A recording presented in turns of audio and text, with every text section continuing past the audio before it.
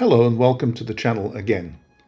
In this video, a rather longer one I'm afraid, I'm going to be revisiting a place called Pustimer, which is a village just outside of Vyshkov, which lies to the east of Brno. Now I've actually been there before and made a short video because I once went there seeing a church, investigated and found a wonderful 8th century Slavic rotunda and a couple of churches built in that location.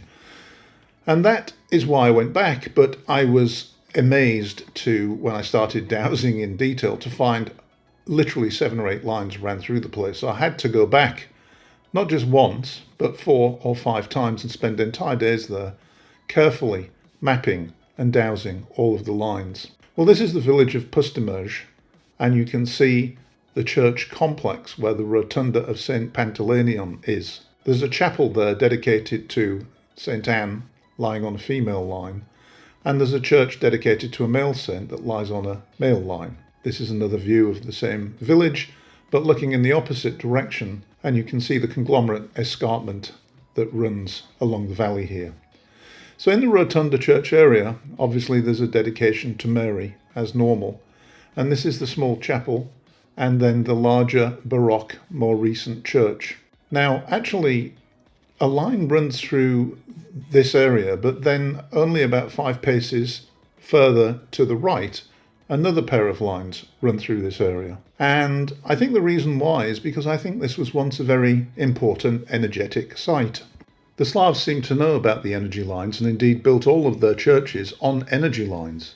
And I suspect that this important rotunda, which could hold over 200 people, a massive building for its time, was built on a very important energy centre formed by the vortex or node of multiple Type 4 energy lines. There is actually some debate about the age of the rotunda, some dating it to the first half of the 12th century, but others before the year 1085 because of the proximity of some graves that date to that Slavic era, and some people date it even earlier than that. Nonetheless, it must have been a very important site, lying just below the Zelena Hora Hradisko, which we will visit later. So my first surprise was finding not one major Type 4 line running through this area, but 2, and in the same general direction and in very close proximity. And when I took a footpath behind the church complex, I found a 3rd pair of Type 4 energy lines, also in very close proximity and also headed in pretty much the same direction. This made me extremely curious, and so I started walking street to street through the village and along the main road to the south of the village, where I mapped 5 or 6 pairs of energy lines, all running in the general direction of this rotunda. So I ended up dowsing through the village from street to street, tracking all of these different lines and trying to figure out which one was which. And eventually I ended up back behind the church complex, headed in the other direction, dowsing as well, up the hillside and along and up towards the other village of Zelena Hora. At times it was pretty confusing with multiple lines running in all the same direction, so sometimes I was actually crossing the same line multiple times, depending on the direction of the path. And then I ran into a vortex. There's an energy here that's actually making me dizzy.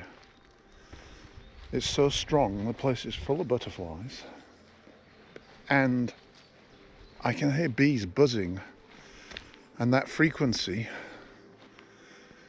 seems to accentuate the energy, and I'm pretty sure I'm on a vortex of 2 lines, pretty sure.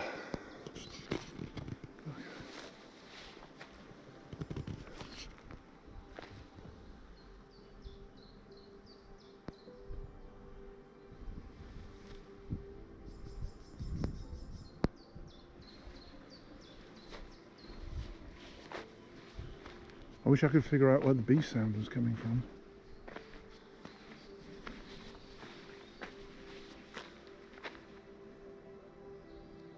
After a while I used my dowsing rods to point me to where the node was, and it was actually a little bit to the right, in the middle of the forest, in the middle of nowhere, some 50 to 100 meters above and beyond where the Rotunda lay.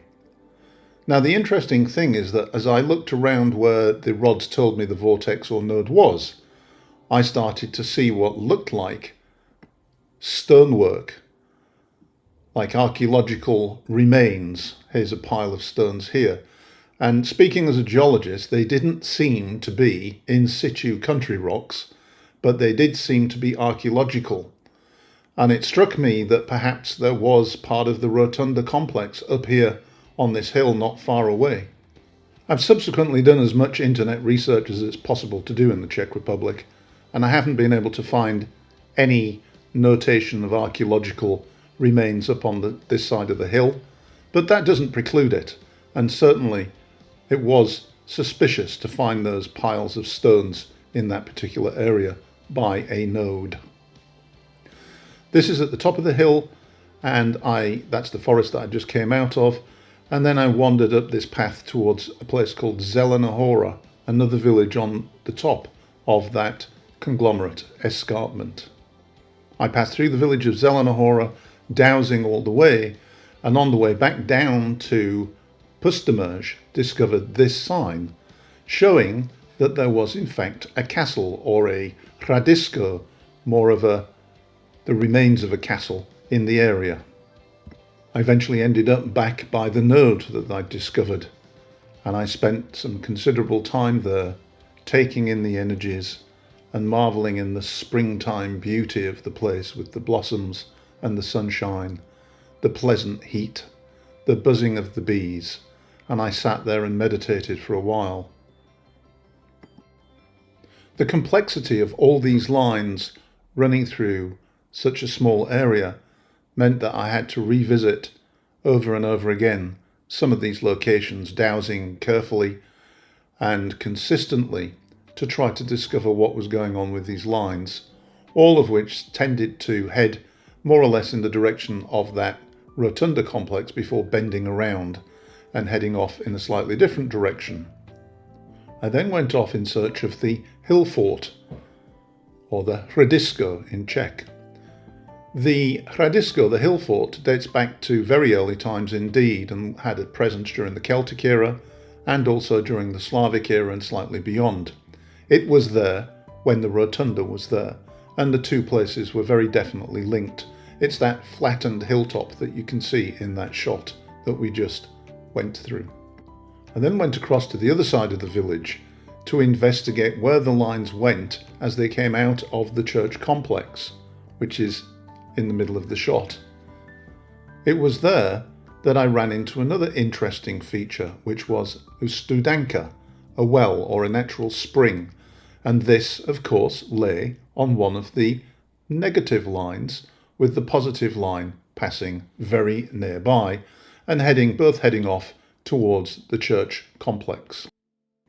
Again, I took a few moments of meditational silence here.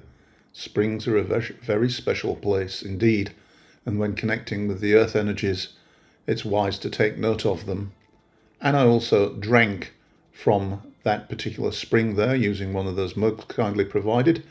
It was very tasty, clean, cold, fresh water. Then I walked up the hill behind the Studanka and discovered yet another castle called Hrad Melice, and this has sometimes been called Pustimer Castle. It also is ruined. It is more of a 13th, 14th century castle, and it lies on another line, Hrad Melice, in the middle of nowhere, but on a major line that I've been tracking across this region through Brno and on through Vyškov and on, and it kind of parallels the Templar line but is a little further south. And there's a whole bunch, there's 5 or 6 of these lines, all running like in a ribbon along the valley edge, or the edge of the escarpment on which this castle is on. It's going to take me a long time to unravel the ribbon, but I will try and see where it meets the Templar line a little bit further out to the east.